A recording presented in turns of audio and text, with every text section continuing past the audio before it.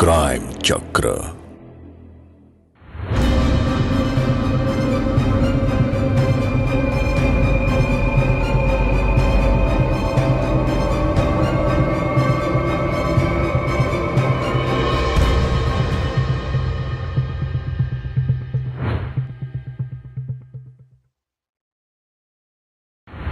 नमस्कार, मैं हूं रानी चैटर्जी।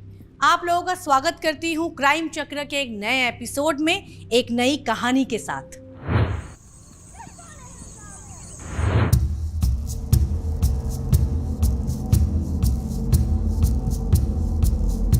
कहाँ हो तुम?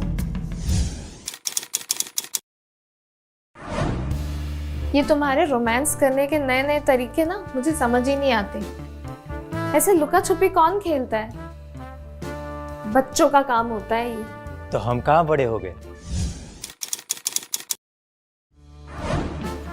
आओ पकड़ो मुझे। कहाँ चले गए तुम?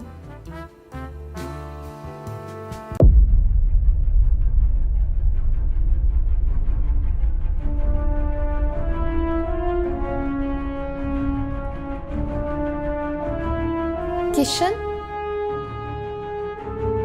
कहाँ हो तुम?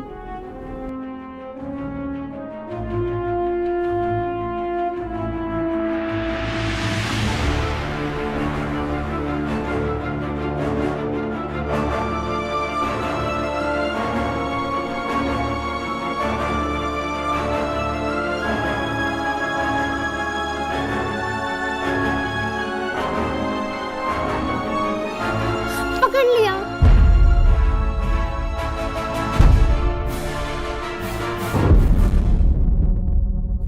ये दारू की बदबू कहाँ से आ रही है?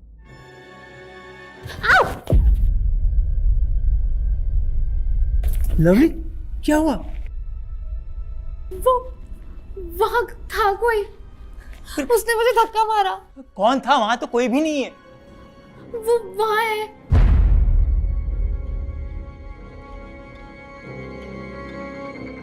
यहाँ तो कोई भी नहीं है लवली।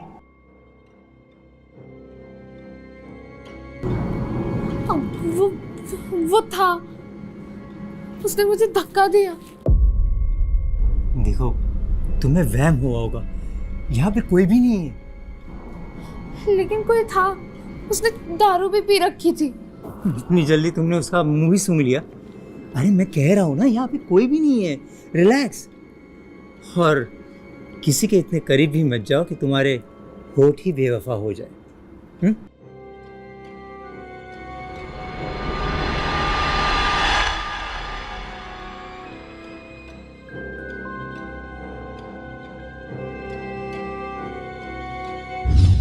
किशन और लवली एक खुशहाल परिवार की तरह जी रहे थे। दोनों एक दूसरे से बहुत प्यार करते थे और एक हैप्पी कपल की तरह अपनी छोटी सी दुनिया में हंसी खुशी जी रहे थे। पर वो आदमी कौन था जो चुपके से लवली पर नजर रखे हुए था? क्या वो सच में लवली का वहम था, या लवली के अतीत का कोई ऐसा साया जो उनकी खुशियों में दरार डालने या उनके जीवन में एक तूफान खड़ा करने आने वाला था, जिससे जुर्म की एक नई कहानी जन्म ली।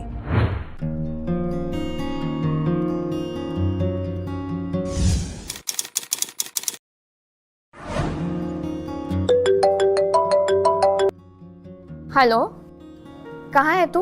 एक हफ्ते से मिली ही नहीं। अरे मैं कुछ काम से बाहर गई थी। तू कहाँ है? मैं तो घर पर ही हूँ। क्या कर रही है? बोर हो रही हूँ। तो आजा, हम मिलते हैं अपने अड्डे पर और चिल करेंगे। और हाँ, ऋषभ जी भी आ रहे हैं। ऋषभ जी भी आ रहे हैं क्या? हाँ, उन्होंने ही बोला था कि हम तीनों आज मिलते हैं। अच्छा ठीक है, मैं आती हूँ 1 घंटे में। ठीक है, okay done. Okay done.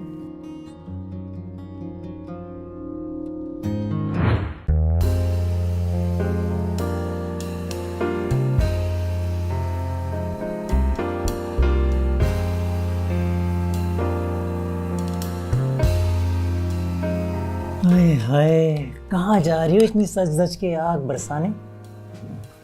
Kavya का कॉल आया था, मिलने बुला रही है। काव्या मेरी सौत है, मुझसे ज़्यादा तो तुम्हें उसके साथ अच्छा लगता है। वो मेरी बेस्ट फ्रेंड है। और मैं? तुम तो मेरी जान हो। हाँ, अभी नहीं, लिपस्टिक खराब हो जाएगी। तुम और तुम्हारी लिपस्टिक। चलो मैं जाती हूँ, बाय बाय। जल्दी आ जाना।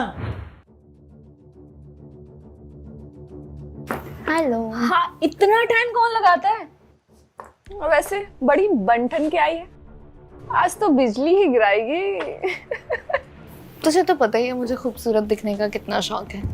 जब घर से रेडी होकर निकलो तो लड़कों के होश उड़ जाए। ये तो बात सही है। तेरे ऋषभ जी कहाँ रह गए? मेरे ऋषभ जी? काश कि मेरे होते हो जाएंगे, हो जाएंगे। इन मर्दों का कोई भरोसा नहीं है, ये कभी किसी के नहीं होते। पर तेरा तो बॉयफ्रेंड है ना? कौन, वो लुक्खा? पूछ मत मैं कैसे झेल रही हूँ उसको। साइको है वो, जो जीने भी नहीं देता। हर बात में रोक टोक, हर चीज में रोक टोक। अब तू ही बता, कौन सी गर्लफ्रेंड होगी जो चाहेगी बॉयफ्रेंड की जगह एक सिक्योरिटी पर्सन अपॉइंट करे? बात तो तेरी सही है।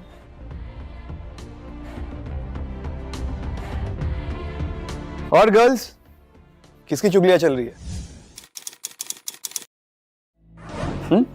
ये हम गर्ल्स की बात है, तुम्हारे पल्ले नहीं पड़ेगी। मुझे पल्ले पड़वानी भी नहीं है, मैं तो बस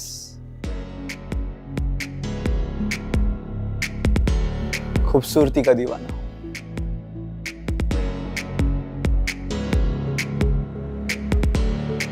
खूबसूरती तो देखने वाले की आंखों में होती है।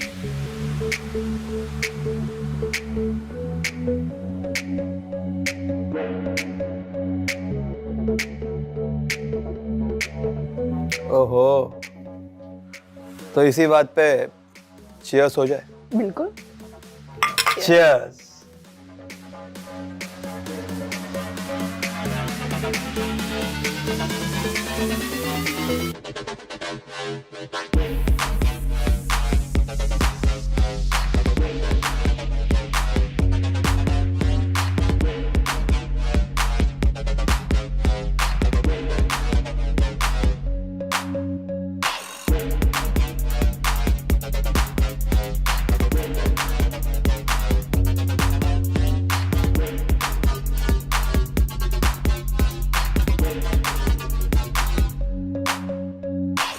काव्या और लवली खुले विचारों की महिलाएं थीं और उनका जीने का तरीका आजाद ख्यालों का था। पर आखिर वो कौन था जो उनके ऊपर नजर रखा हुआ था? क्या यह कोई साइकोपैथ या कोई स्टॉकर था जो लवली के पीछे पड़ा था और जहां जहां वो जाए चुपके चुपके उसे फॉलो करता था? या बात कुछ और थी? आप खुद सोचिए कितने डरावने ख्याल आएंगे आपको अगर आपको पता चलेगा कि कोई छुप छुप के आपकी हर एक्टिविटीज पर नजर रखा हुआ है।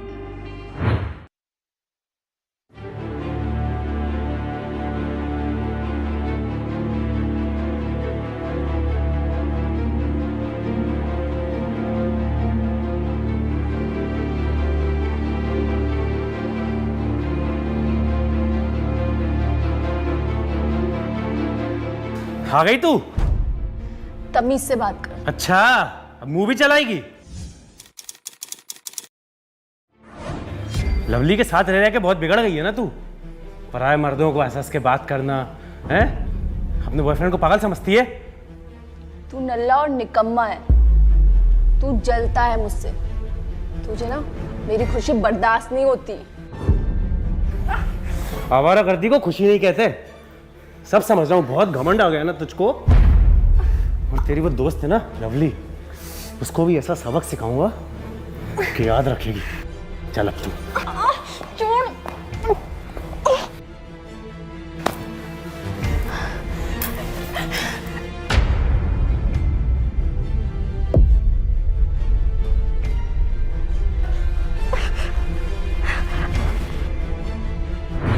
मैं ये मानती हूँ कि नशा करना बुरी बात है और नशे को हमें समाज का हिस्सा नहीं बनने देना चाहिए।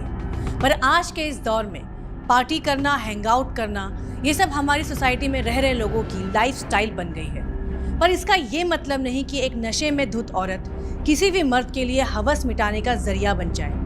कानून ने सबको अपनी मर्जी से जीने का अधिकार दिया है, तब तक जब तक वो कानून का उल्लंघन ना करे।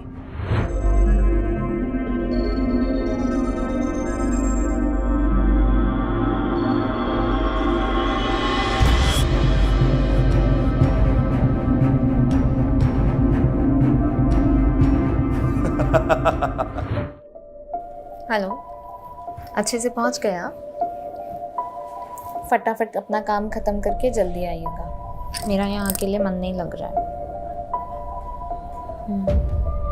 Okay bye.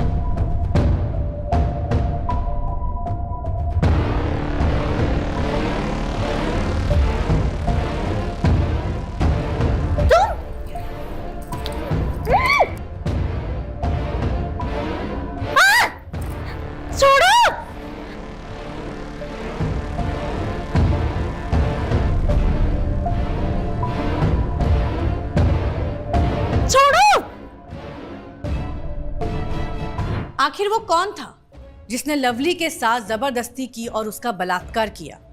किशन को घर में ना पाके उसकी गैर मौजूदगी में घर में जबरदस्ती घुस के लवली के साथ बलात्कार करना, आखिर ये किसकी करतूत हो सकती है? क्या नितिन ने काव्या और लवली से बदला लेने के लिए ये सब किया है? क्योंकि नितिन का काव्या और लवली के खुले विचार का होना बिल्कुल पसंद नहीं था और वो किसी ना किसी तरह दोनों से बदला लेना चाहता था। मैं तो कहता हूं तुम अपने बॉयफ्रेंड को छोड़ दो और मेरे साथ रह लो। वो क्या है ना, मुझे कोई कमिटमेंट नहीं चाहिए। मैं लड़कियों के खर्चे उठाता हूं, उनके शौक पूरे करता हूं और उसके बदले में अपने शौक पूरे करवाता हूं। मेरा बॉयफ्रेंड पागल है, अगर उसे छोड़ दिया ना तो पता नहीं वो क्या करेगा। देखो, मेरा बिजनेस इतना बड़ा है ना कि उसे कहाँ गायब कर दूंगा ना पता भी नहीं चलेगा। अच्छा, तुम जादूगर हो, लोगों को गायब करते हो। तो मुझे भी ले चलो ना, कहीं गायब करे, एक खूबसूरत सी जगह। तो फिर ले चलता हूं ना, पहले तुम्हें जन्नत की सैर करवाता हूं।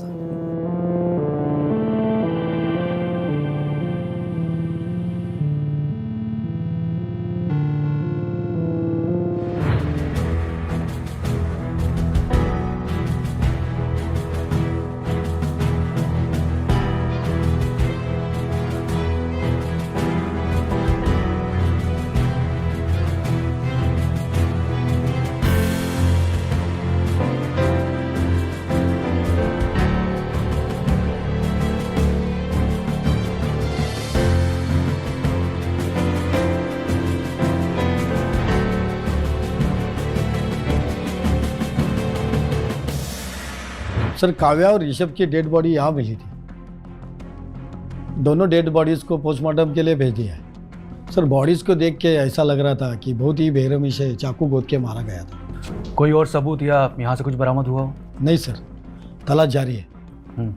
एक काम करो, इनकी कॉल डिटेल्स निकालो फास्ट।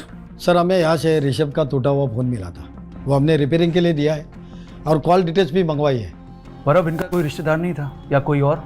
हाँ सर, आसपास में पूछताछ के बाद ये पता चला कि काव्या का कोई बॉयफ्रेंड था, वो उसके पास ही रहता था। और सर, काव्या के एक दोस्त थे लवली, वो उसके बहुत करीब थी।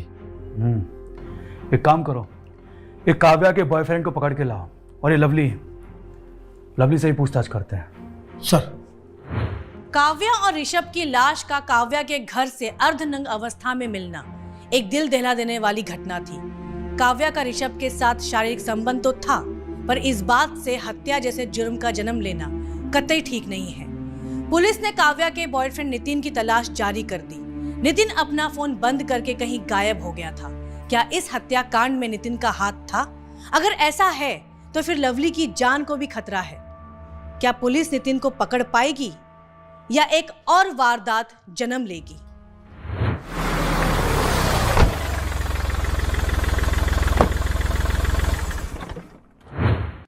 लवली जी, हमें आपसे काव्या जी के बारे में पूछताछ करनी है। जैसा कि आप जानते हैं कि काव्या जी की किसी ने चाकुओं से गोंद के बड़ी बेरहमी से उन्हीं के घर में हत्या कर दी है और उनके साथ ऋषभ नाम के शख्स की भी हत्या की है। यस सर, काव्या मेरी बहुत अच्छी दोस्त थी। मैंने जब से उन दोनों की मौत के बारे में सुना है, मैं खुद को संभाल नहीं पा रही हूँ।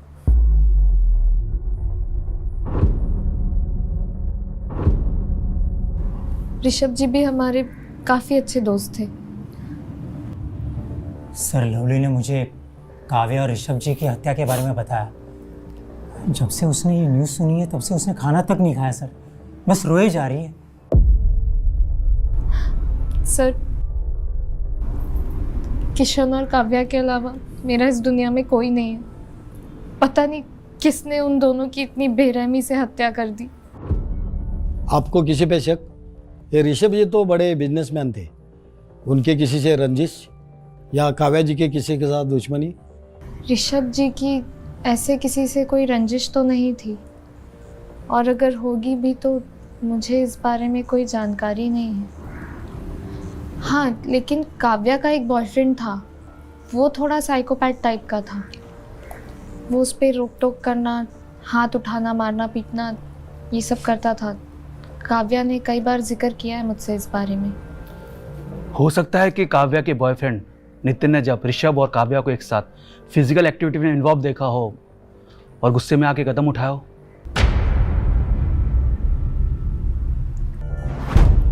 ठीक है, फिलहाल हम चलते हैं। अगर जरूरत पड़ी तो आपसे फिर से कांटेक्ट करेंगे। जी सर।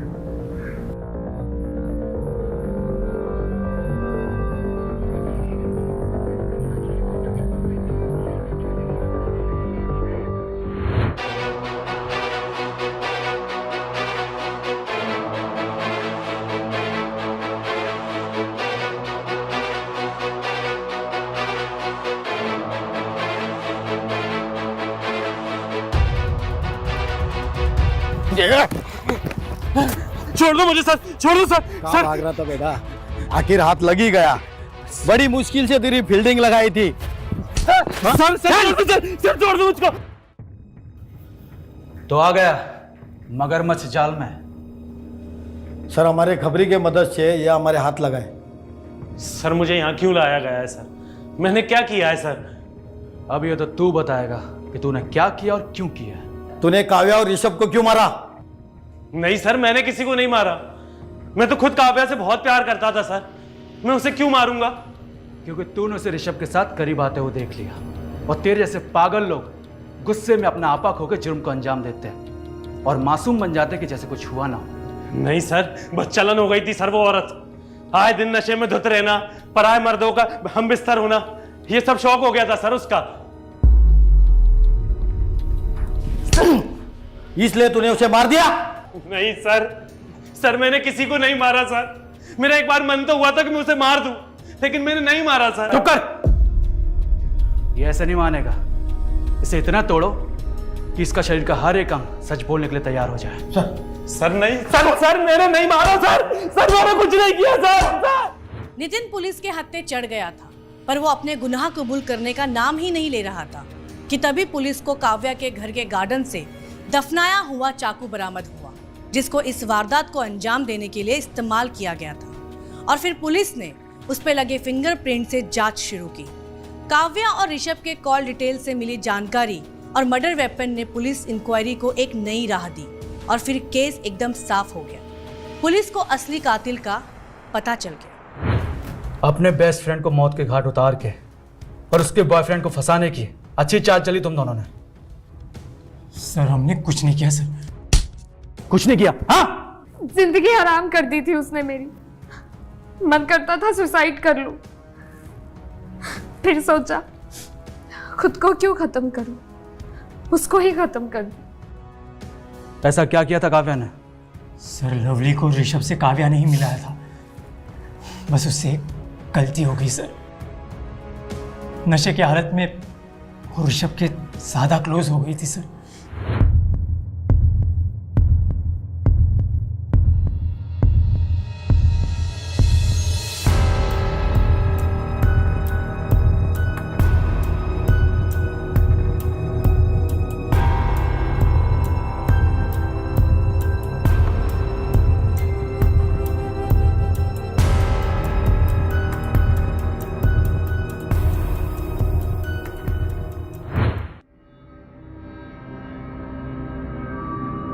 नशे में मुझसे एक गलती क्या हो गई, उस ऋषभ ने मेरा वीडियो बना लिया और मेरी गंदी गंदी तस्वीरें निकाल ली और फिर मुझे ब्लैकमेल करने लगा।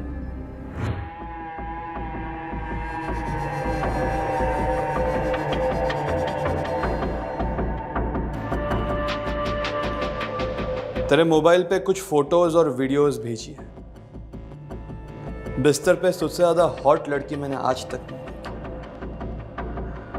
अब जो एड्रेस बोल रहा हूं वहां चुपचाप आ जा और मेरी रातें रंगीन कर दे, नहीं तो यही फोटोज और वीडियो तेरे पति को भेज दूंगा।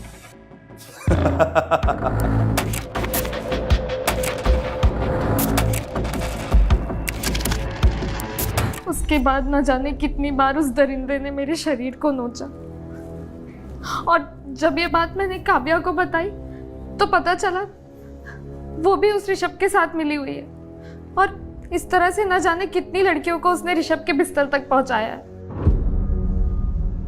सर ब्लैकमेलिंग से तंग आकर लवली ने मुझे ये सब बातें बताई, तब मैंने ऋषभ और काव्या को बहुत समझाने की कोशिश की, लेकिन वो लोग नहीं समझे, इसलिए मजबूरन आपको कानून हाथ में लेना पड़ा। देखिए, हम आपकी तकलीफ समझ सकते हैं, लेकिन कानून हाथ में लेना, कानून तोड़ना, ये अपराध की श्रेणी में आता है। आप उनकी पुलिस कंप्लेंट करवा सकती थी, पुलिस उनके खिलाफ कड़ी से कड़ी कार्रवाई करती। अब जेल में रहने के अलावा आपके पास और कोई रास्ता नहीं है।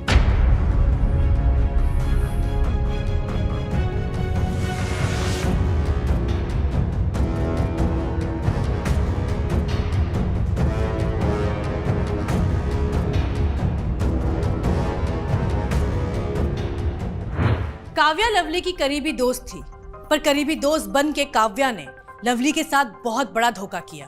ऋषभ ने लवली को ब्लैकमेल करके लगातार उसका बलात्कार किया। लवली की एक गलती ने उसकी जिंदगी नर्क बना दी। अक्सर हम नशे में, ये जवानी के जोश में आकर गलत रास्ते पे चल देते हैं, ये सोचे बिना कि ये रास्ता हमें कहाँ लेकर जाएगा। अगर हम जरा सा अपनी भावनाओं पे कंट्रोल कर लें तो हम ऐसी बहुत सी मुसीबतें हैं जिससे बच सकते हैं। ये समाज में शराफत का नकाब ओढ़े ऐसे न जाने कितने दरिंदे घूम रहे हैं जो दूर से तो आपको सज्जन लगेंगे, पर उनका असली रूप तब सामने आता है जब उनके द्वारा फैलाए गए जाल में कोई फंस जाता है और फिर जन्म लेती है अपराध की एक नई कहानी। मैं रानी चैटर्जी आप लोगों से विदा लेती हूँ और जल्द मुलाकात होगी क्राइम चक्र के नए एपिसोड में। तब तक सतर्क रहिए, सुरक्षित रहिए और देखते रहिए क्राइम चक्र। जय हिंद।